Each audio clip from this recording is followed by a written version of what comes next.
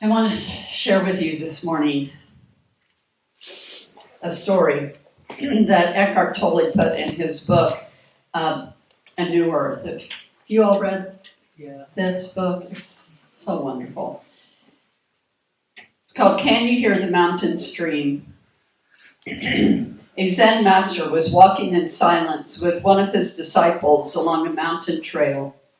When they came to an ancient cedar tree, they sat down under it for a simple meal of some rice and vegetables. After the meal, the disciple, a young monk who had not yet found the key to the mystery of Zen, broke the silence by asking the master, "Master, how do I enter Zen?" He was, of course, inquiring how to enter the state of consciousness, which is Zen.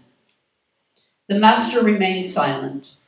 Almost 5 minutes passed while the disciple anxiously waited for an answer. He was about to ask another question when the master suddenly spoke. "Do you hear the sound of that mountain stream?" The disciple had not been aware of any mountain stream. He had been too busy thinking about the meaning of Zen. Now, as he began to listen for the sound, his noisy mind subsided. At first he heard nothing.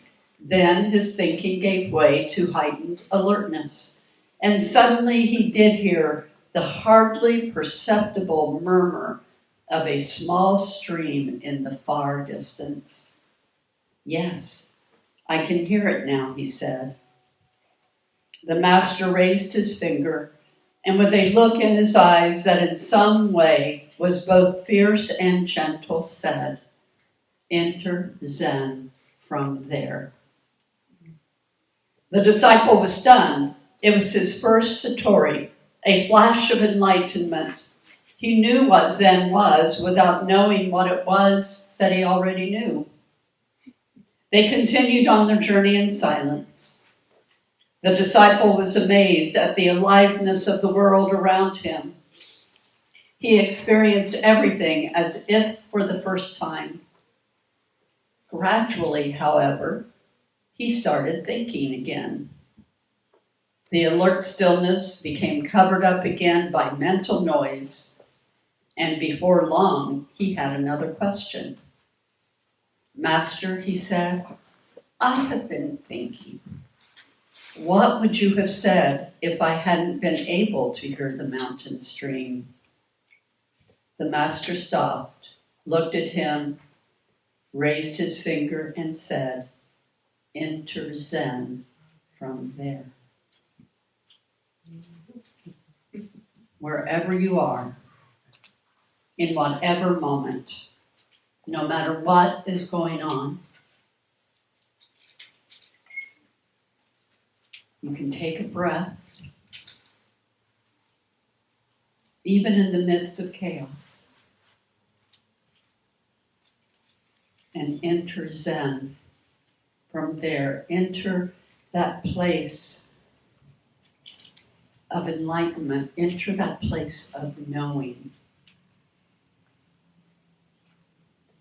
From the still small place within you, even when you're surrounded by the noise of the world, even when you know you are being affected by the noise of the world, even then, you can touch in and feel and hear and sense that still small voice.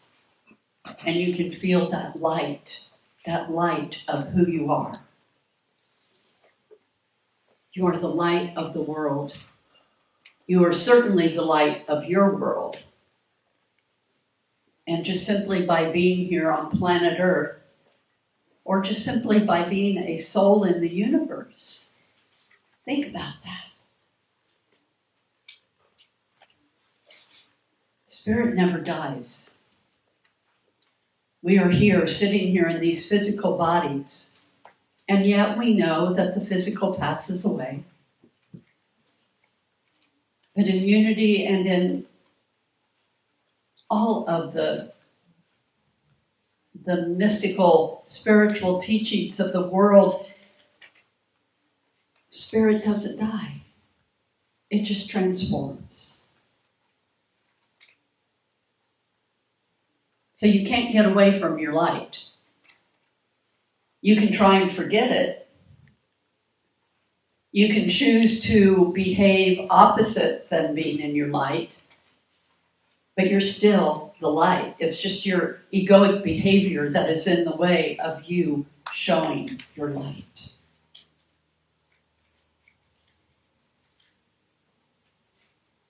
Light shows up in all of the mystical teachings, all of the spiritual teachings, and not just physical light, but the light of consciousness, the light of awareness, the light of knowing, of understanding. You are not your thoughts.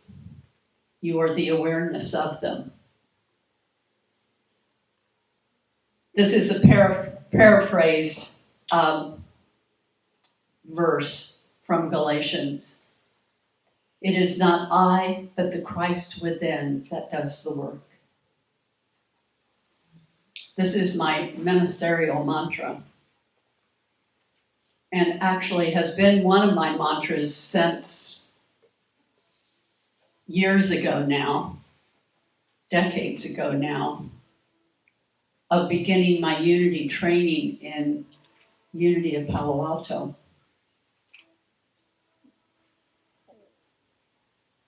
My ministers, I think this was their second breath.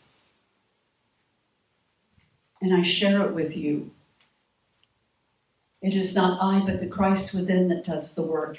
It is the divine consciousness. As you go forward into your day, into your life, no matter what is going on, any conversation that you are having in the world,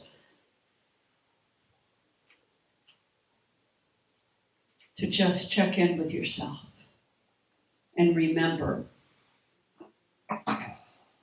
to take not the ego out, because our egos go with us wherever we go, but egos are not bad. It's how we use the ego that gets in the way. Again, Eckhart Tolle, because of the egoic behavior, the one that wants to get all the attention, that is trying so very hard to control everything, not to wear you down, not to bully you, but to keep you safe in the best way it knows how to keep you safe, which may not always work for our highest good. So you want to check in with that. It is your spiritual eye where you find your strength, where you find your light, that affects how you live out into the world. The light of consciousness is awareness itself. It is the part of you that notices your thoughts, that witnesses your emotions, that is present even when everything else feels uncertain.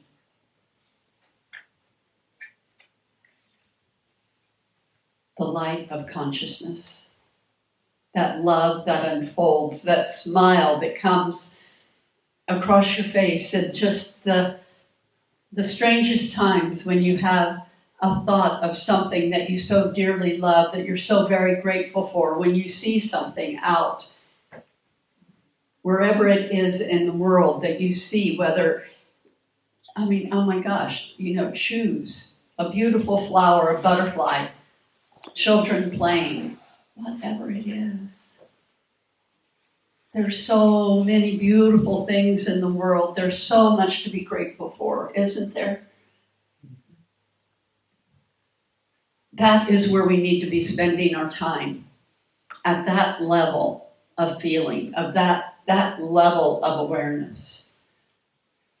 To get out and above and beyond any of the heaviness that may be holding you down in your personal life, in the world, whatever it is. Whatever you may have been conditioned to think and feel and believe as you were a child. Some of us were not raised in the healthiest of emotionally mature situations. Some of us maybe were. but many were not. And we see that played out in how people's behavior shows up in the world as they go forward. We have the opportunity to remember to pay attention to ourselves and what our thinking is and what our feeling is, so that we're constantly moving forward, not to the point of driving yourself nuts because you're always focused, right? But when you start to feel anxious, when you start to feel upset, to take a moment and check in and ask yourself, what is driving this feeling? The world is made up of either love or fear. Now, it may not seem to you like it is fear that you may be feeling, but underneath that feeling of insecurity, of uncertainty, there's something that has you hesitant, fearful about attaching to your light, of remembering that you are the light. Does that make sense? So you always want to come up to the next highest level of positive feeling, no matter what is going on. Even if you can't get to pure joy, even if you can't get to that Zen enlightenment, if you find yourself being fully fearful or fully angry, to even just take a breath and bring it up a step. Bring it up a step. And then another step. You don't have to do it all at once. Be gentle, gentle, gentle with yourselves. Be so very gentle with yourself. You are not your thoughts. You are the awareness of them. You are not your fear. You are the presence noticing it. And that presence is light. God is not external, but indwelling presence. The Christ is the divine light within every person. Our thoughts shape our experience. And the light of spirit is the understanding that reveals that truth. So I want to take a moment and talk about the nature of evil and what Unity teaches about evil. In Unity, we don't teach that there is evil, there is the appearance of evil. That people behave in evil ways. We are here with free will. People get to choose how they're going to live out their reality. But if we continually affirm that there is only one presence and one power, God the good, then how can we also believe that there is I don't want to put a divine evil. That was, I don't know, how do you even put that in any kind of context? But you hear what I'm saying? It's a teaching of separation. It's part of the human experience. It's something that we get to learn from and to grow from, to see that it appears in the world, and maybe sometimes some of us have even behaved. I don't want to say any of us have behaved in evil ways, but in ways that have not been our highest and best, for sure. I would imagine that we have all had times when we have stepped off the sidewalk of enlightenment and into our darker nature. Are you still beating yourself up for that? If you are, take a breath. And just in this moment say, oh, thank you. I am so grateful that I see that. I take responsibility. I hold myself accountable for anything that I have done that maybe has hurt myself or any other person. And when we know better, we do better. And we don't repeat those patterns. And if we do, we come back and we do it again. to always bring ourselves higher and higher into the light. If we are light, if love is the truth, why do people act in ways that are harmful, cruel, or unjust? In Unity, we teach there is no opposing power to God. What we call evil is not a force equal to light. It is the absence of awareness of light. It is done by people who are so lost in their fear and their sadness or their mental illness. Whatever their story is, there is the absence of the awareness of light. It doesn't mean that they don't have the same light you do, because they do, because we all do. But they don't know it. For whatever reason that we can assign to that. We don't know their stories. We can see their stories being played out, but we don't really know their stories. We don't really know what's in their heart. We don't know what their wounds are. We don't have to set ourselves up to be in front and in a place where we could get slammed by that behavior. We don't keep putting ourselves in harm's way. But even through our sadness, our disappointment, even our anger and upset, we can still know that they are light. The world will not progress if we just keep blaming and blaming and blaming. The world progresses when we can come up to another breath and go, oh my goodness, this is not okay. I am light, I am light. Evil is a separation of consciousness. People forget who they are.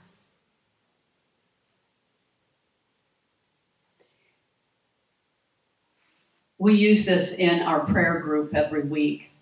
It's from the I Am Discourses, Saint Germain, and we have edited it as we go along. We make it work for us. And we check in with it quite often to see, okay, is this working? Where are we with this? And it's like, with everything that we see going on in the world, this is actually playing out in this prayer. We pray without ceasing for healing energy to lift the vibratory consciousness of the world. We pray and affirm there is light at every obstacle that we encounter. I am trying my best to remember this. To take that moment whenever I see or feel something that just is not okay with me, to just, there is light, there is light, there is light.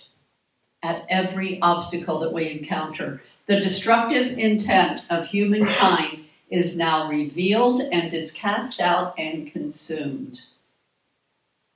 And that is what is happening. The destructive intent of humankind is being revealed. Can you see that happening? That is what is going on. It's not staying in the shadow. It's not staying under the rock. It's being exposed so that it can heal, so it can be uncovered. Let the fullness of power of thy radiant light enfold all, and thy glorious transcendent light fill all official places. I invite you to affirm and pray this with us on a daily or weekly basis. Put it somewhere where you can see it. And remember, there is light. I am light. We are light. We are the light of the world. So before I go into these last slides, to bring our awareness into the light, it means returning to presence, to coming back into that center, to tend to your nervous system, to take time to heal, to sleep, to breathe, to become grounded in your body so that you're not on constant alert. Choose your thoughts consciously. And most of all, the beautiful healing energy of all things, gratitude. Remember to be in gratitude. That is such a beautiful way through. Every time we go into that place where we are remembering to be grateful, to live from a place of gratitude, even for everything that we see going on in the world right now, I just feel at the very depth of my being that it is working for good. Because the unconscionable behavior is being uncovered in ways that I certainly have never seen in my lifetime.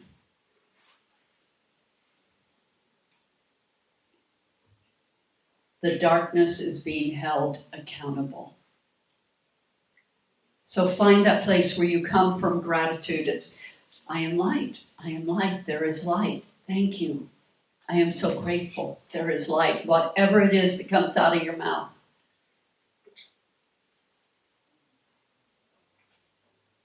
You are light. Every soul is light. Every spiritual being is light. Whether we are in a physical body or part of the unseen realm, there is so much light in the world. Allow yourself to come into that place and to trust that and to know that. And so I want to use Amanda Gorman. When day comes, we step out of the shade, aflame and unafraid. The new dawn blooms as we free it, for there is always light. If only we're brave enough to see it, if only we're brave enough to be it. Be brave enough to see it, be brave enough to be it. It's not going to cost you anything. It's only going to help heal your whole being. To live otherwise is to wear our body down. It's harmful. So this is where we want to come from. We want to be brave enough to see it and brave enough to be it. And Maya Angelou. The ship of my life may or may not be sailing on calm and amiable seas. The challenging days of my existence may or may not be bright and promising. Stormy or sunny days, glorious or lonely nights, I maintain an attitude of gratitude. If I insist on being pessimistic, there is always tomorrow. And I am blessed. You do not have to become the light, you already are. And so it is.